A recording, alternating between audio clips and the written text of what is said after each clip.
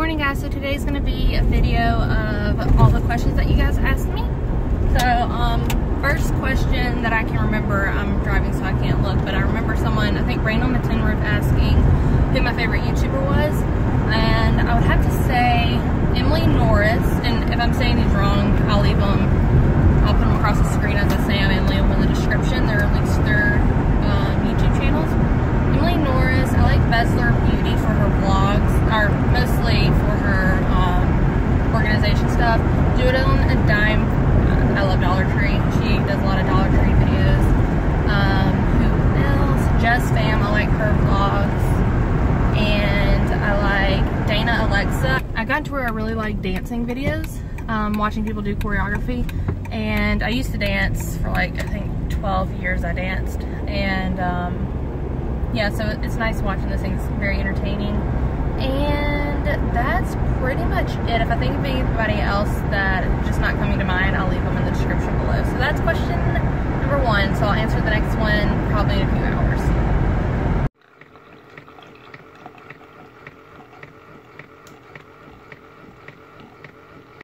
So question number 2 and 3 is from Claudette. I think that's how you say your username, but she asked first if we want another baby, if we're planning on having one, and yes, the plan so far is that we're going to wait till another year. My PCOS has been flaring up and I've been having some problems with that, so I'm working on getting my nutrition and everything like that back in order like I did before I had Parker, and so it's probably going to take about a year. I'm about a month into it. And then the second thing was if we thought we'd get lonely living up in the woods and without any neighbors. And the answer to that is no. But I grew up in this area, so I'm used to not having anybody around. I just play with my brothers and sisters, or when it came school time, did that.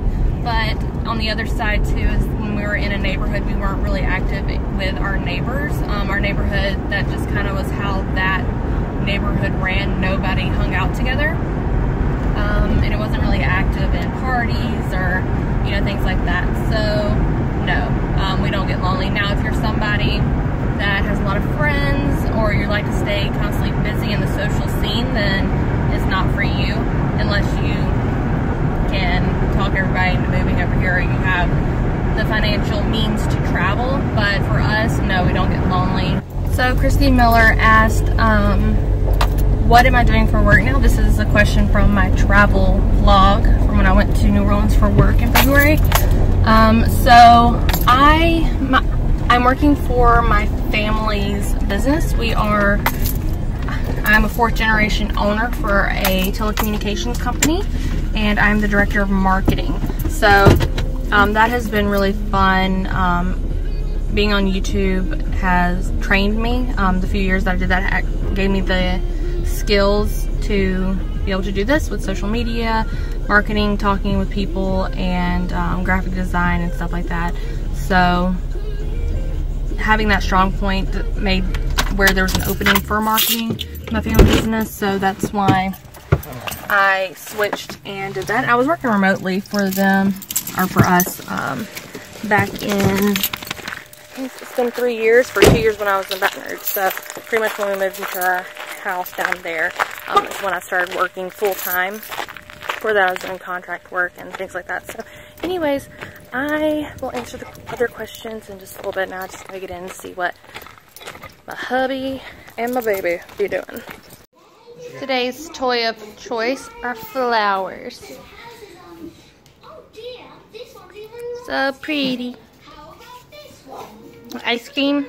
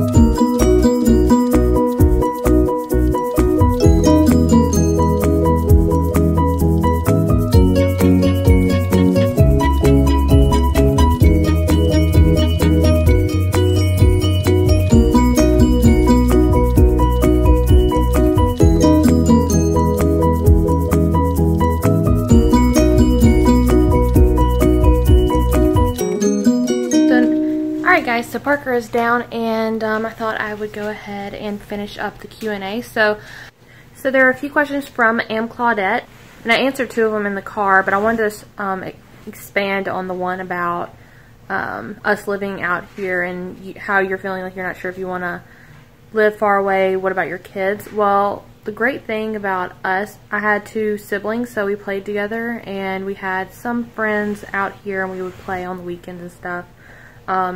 We liked it a lot because it got us to the point where we would travel a lot more. We're used to driving far distances, and we were able to bond in the cars on the way back, and it was just nice because for us, we were trapped in the car, so we were kind of forced to interact with one another.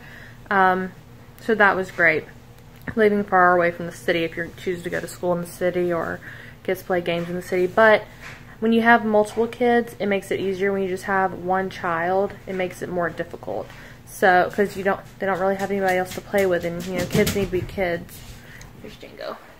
So that's the rest of my answer on that one. And then the other question she asked was, what part of Louisiana what town in Louisiana do we live in? And I was going to share it, but I think for now, I'm just going to say that we're in the northeast Louisiana area. Our big city in this side is Monroe, so we live a little bit further away from Monroe, but it's not too far, so we just say northeast Louisiana. So that's all I'm going to say for now, but who knows, maybe in the future I might open up a little bit more about that. She also asked if we ever filmed a vlog about starting over as a family and fighting for what we deserve, and if anything bad happened to Baton Rouge. So nothing bad happened to us in Baton Rouge. It was just everything around happening. There were a few shootings, nationally known shootings, that happened near where we lived, and it just didn't feel like the right place. Ever since we had our daughter, our minds just kind of flipped in a different direction where we didn't want to raise her in such a large city. We just are used to small towns and growing up in really small rural areas, and that's all we knew. So we knew how her life would be in the grand scheme of things if we brought her up where we grew up. We weren't really good about gambling about her future or what was to come. We didn't know that much about the schools. The schools were really expensive in Baton Rouge as well, and pretty much we just weren't happy in Baton Rouge, especially me. I wasn't happy. I was at home, not around anybody. I never really left the house, and my mood and everything about me just kind of was slowly disintegrating away, and I was losing myself. And Garrett was working nonstop and just wasn't happy in his job either, his environment, and it just started getting really hard. So we decided to fight for what we wanted and to fight for happiness instead of just settling. That's what I kind of mean by fighting for that. But yeah, I did a vlog on it. Secrets revealed #3, we're moving. I think that's what it's called. I'll link it down below so you guys can check it out. But yeah, good questions. And in my last Q&A video, In the Sky asked me if I could film a lookbook, and I actually filmed 2 of them, but the footage got lost on one. The second one, it was on my laptop, and my laptop crashed, and I got the footage back, but it was all outfits from winter, and by the time it got fixed, it was spring, and so it didn't make much sense to put up a winter outfit lookbook in the springtime. But I am going to be doing it a little bit more. That's why I've been trying to film in this vlog series my outfits, but I do want to put up an actual dedicated video of just take the time, my favorite outfits that I'm really loving whenever I get ready in the morning, things that I feel really confident in, and share them with you guys. And it was funny too, because the outfits that I did film for the lookbook, back when we were in the place where we were living before we moved here, I didn't have a floor to ceiling, I didn't have like a long mirror, I just had like this little short sink mirror, and so I'd stand on the commode and all I could see was my lower half, and then I'd sit down and I could just see my upper half. And looking back at the videos of that, thinking like, oh, my outfit looks so awesome, I look ridiculous. So now I'm very happy to say that I have a long mirror to make sure that I look presentable going out. But yes, those will be coming. Yeah, so thank you so much for asking that. It's been so long since I've done a fashion style video, and I do want to get back into that because I do love putting outfits together. So the next one, I love this question. Amy Lehman asked if I would play an extreme sport such as roller derby. I could never. I'm not that tough. I'd like to think I'm that tough.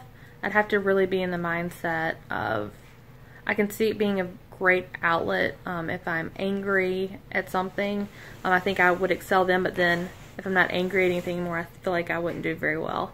But I like the idea of being around a group of such strong women who are physically strong, and you gotta be mentally strong to do that stuff. So I would like to say yes, but no. Knowing myself, no, I wouldn't. I would never do it, but in a past life, I think I would have loved to do that. Hats off to those who do. So, Kira M3774, I think is your, I try to remember the numbers, I'm not really good with numbers, but asked a few questions, mostly about her mortgage and buying a first home for the first time. So, I did try to film on this, but it just came out so back and forth, and a lot of ums in there. I just wasn't confident in what I was saying because I wasn't sure. I kept trying to write it down. Anyways, so how we were able to afford our mortgage, some tips. So first thing I do want to open up about is that my father-in-law had a CD for Garrett, my husband, since he was a baby, and he was just slowly, it just slowly grew over time. If you don't not aware what a CD is at a bank. So by that time it had matured, me and Garrett took it out. It was around the exact same time we decided we wanted to buy a house, and it matured, so we pulled it out and were able to put down a pretty good down payment. So that helped. The second thing was to take multiple jobs. That was one thing that we really spent a year not really seeing each other, because I'd work from like mid-morning, like 10 all the way to like midnight a lot of the times, and I worked weekends, he worked mornings and some weekends, and so we just never really saw each other. Sometimes you just have to give up a year if you want that bigger, better thing, and so that's what we did. It sucked, but we were able to do so much. Another thing is to cut down on unnecessary things, like cut down on cable. Look, I am an owner of a telecommunications company, and we recently let go of being a TV service provider because it's not a necessity anymore. You can get Netflix, Hulu, you can watch stuff on YouTube. I mean, you can do all that stuff for free. Netflix and Hulu, no, but YouTube, you can watch it for free, and you can still get your entertainment that way, but you don't need live TV. You really don't. So we gave up that. We didn't have a home phone, which living out in the rural areas, it's different because it's good to have a landline for emergencies and stuff like that, but in the city you really don't need it. So we got rid of that. And the other thing is learning to shop at Dollar Tree, Dollar General, buy your clothes at TJ Maxx or Ross's instead of going to Nordstrom Rack, or you know, higher end grocery stores, or find a grocery store that saves money. We went to Winn-Dixie, and every $50 you spent, you got a certain amount of money off your gas. So we were saving a ton of money on gas. Getting coupons, shopping deals, started learning to entertain ourselves, staying in more, and trying not to get out in the car and drive too far off and like use too much gas, stuff like that. And also I was able to get a job where I was able to work at home. There's so many jobs available now to people where they can work from home. So you're not paying gas, you're not paying extra expenses of going through Starbucks or, you know, places like that. You can make your own coffee at home for much cheaper, make your own breakfast, lunch, and dinner at home for much cheaper. You got to work on your sanity, but it can be done. And a lot of times if you're working on the computer, the company you're working for will pay for your internet. You can do tax write-offs for if you're working from home, or you have a business that you started and you are working out of your house. You can section off square footage wise where you're working, like the room, office space, and where you're using office space, and deduct that from your energy, your internet, any expenses that you spent for your job, and write it off in your taxes and save money that way.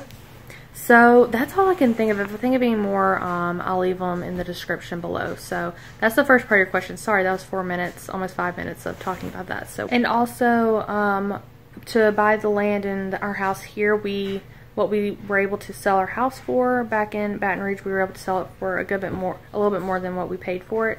So we got that money back. Living there for 2 years, we got money back from selling that house.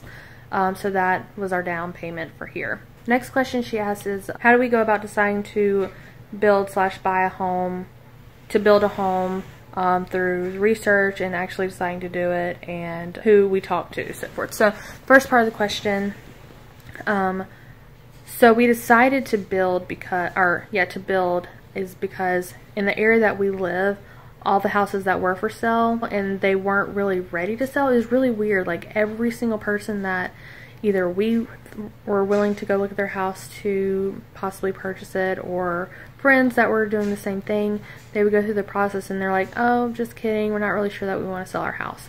So yeah, so nobody wanted to sell their house. It was way overpriced in the market too for what it was. A lot of land associated with it, but an old house on the land, so it didn't really balance out, and it was way out of our price range for what we needed.